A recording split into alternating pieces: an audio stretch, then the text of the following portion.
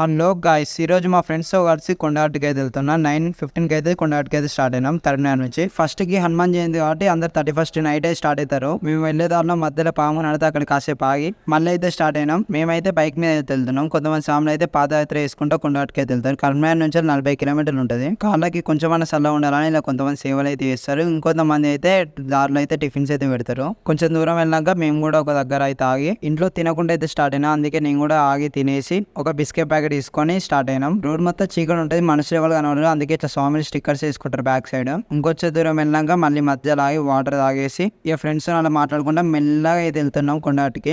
అంటే ఏమసరికి 11 అవుతుంది. కొండగట్టుకి ఇంకా 6 కిలోమీటర్స్ దగ్గర అవుతున్నాం. ఇక్కడ నుంచి మామూలు లేదు, ఫుల్ ట్రాఫిక్ అన్నట్టు. అసలు వెళ్ళడానికి దారి కూడా ఉండలేదు. కొంచెం దూరం వెళ్ళాక పోలీసు వాళ్ళు కార్లను అయితే ఆపారు. అక్కడ నుంచి ఇంకా కొండగట్టుకి 1 కిలోమీటర్ ఉన్నాక బైక్స్ కూడా ఆపారు. ఇక బైక్స్ అయితే పార్కింగ్ అయితే వేసి కొండగట్టుకి నడుచుకుంటూ అయితే వెళ్తున్నాం. ఇక్కడ నుంచి నెక్స్ట్ లో కంటిన్యూ చేద్దాం. అంతవరకు మన